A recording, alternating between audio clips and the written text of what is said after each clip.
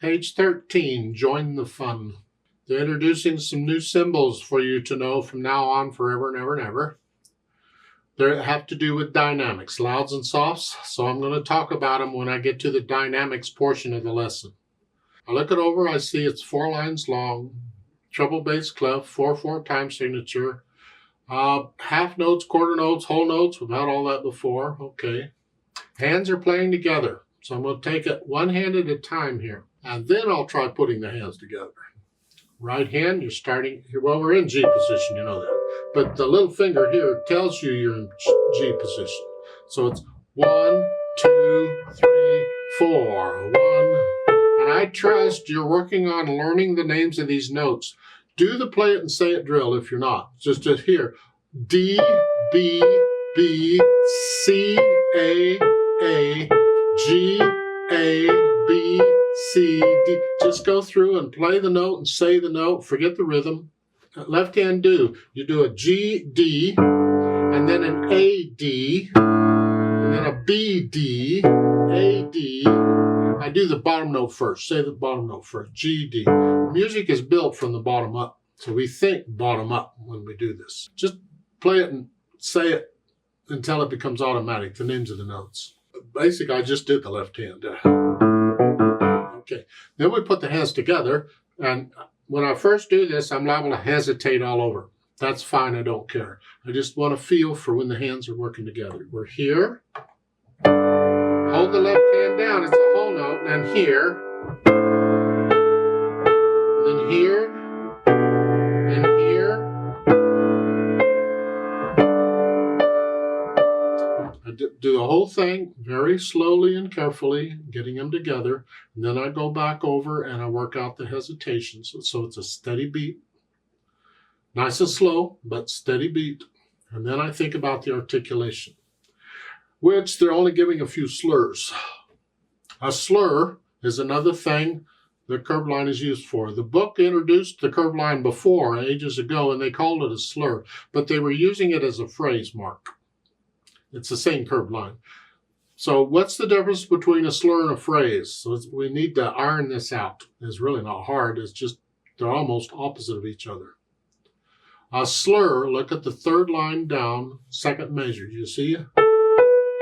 That's a slur. That's not a musical sentence. That's not a complete thought. It's just 3 notes. Both of those measures together, the first and second measure, the third line,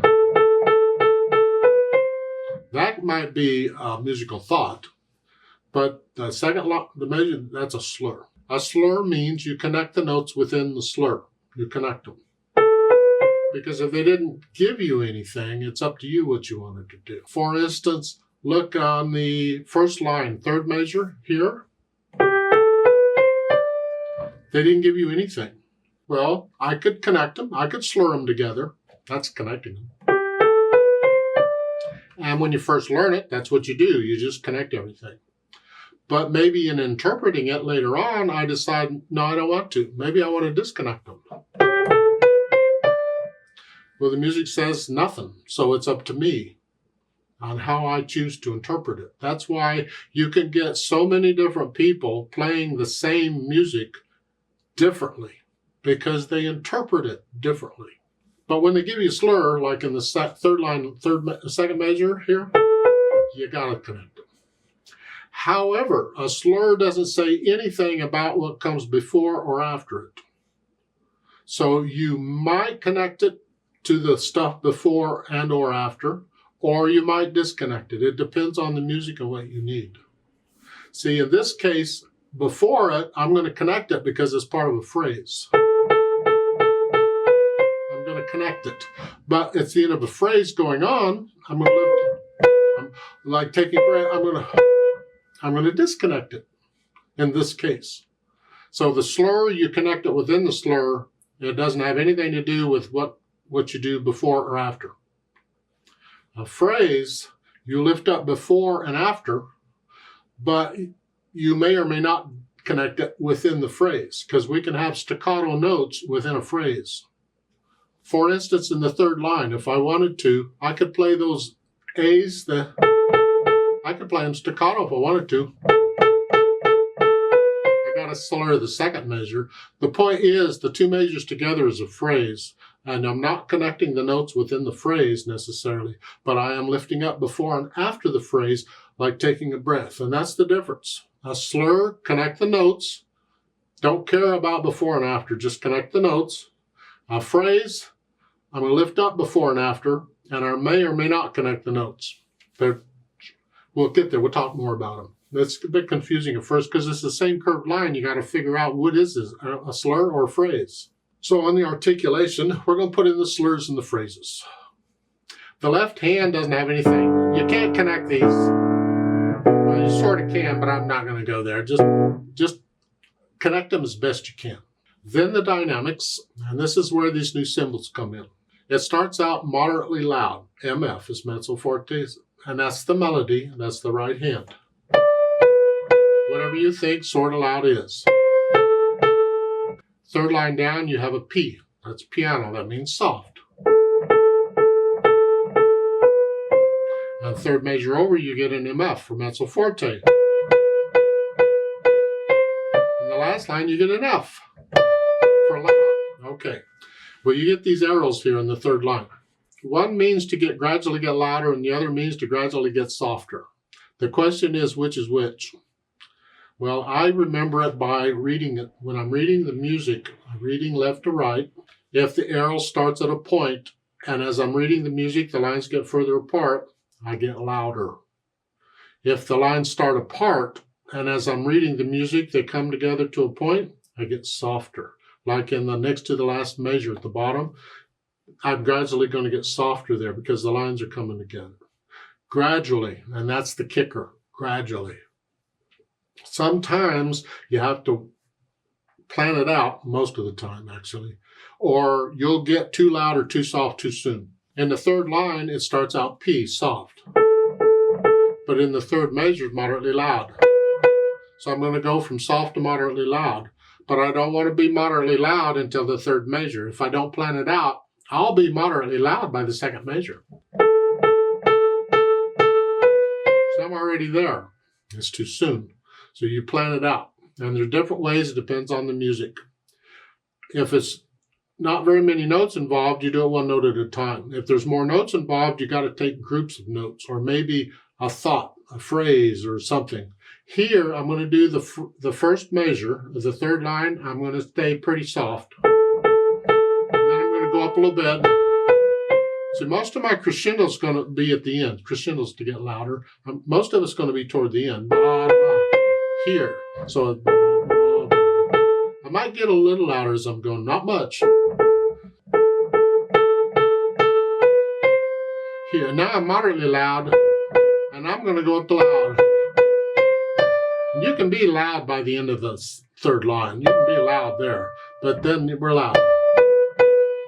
So you have to plan these out, and you experiment with it. And it's done by feel on getting louder and softer.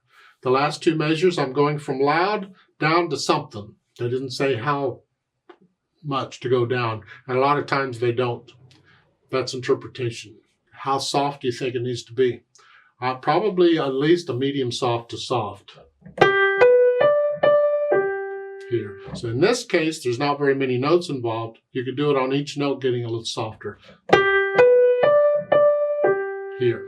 Yeah. The left hand just stays out of the way. Speed, moderately fast. Let's that moderately fast again. Okay, whatever. I don't know. If you're going to sing it, how fast would you sing it?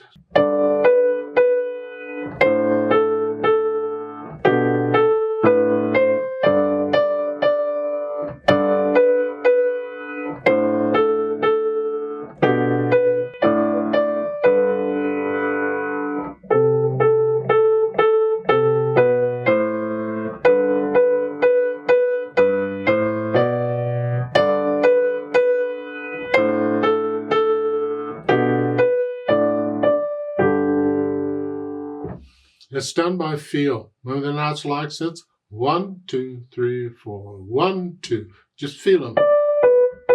I play it different every time I play because I play by feel. It depends on the time of day and how much coffee or wine I've had to drink or whatever.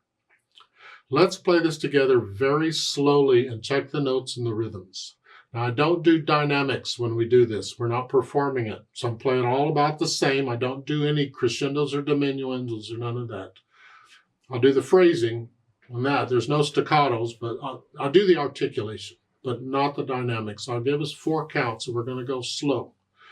Do it one hand at a time if you have to. It's fine. Don't use the play with me to learn it.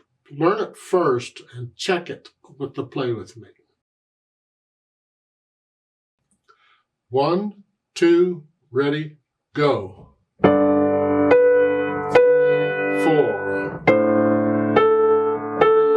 4.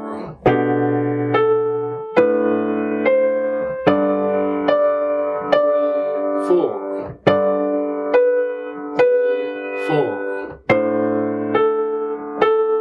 4. 1, 2, 3, 4.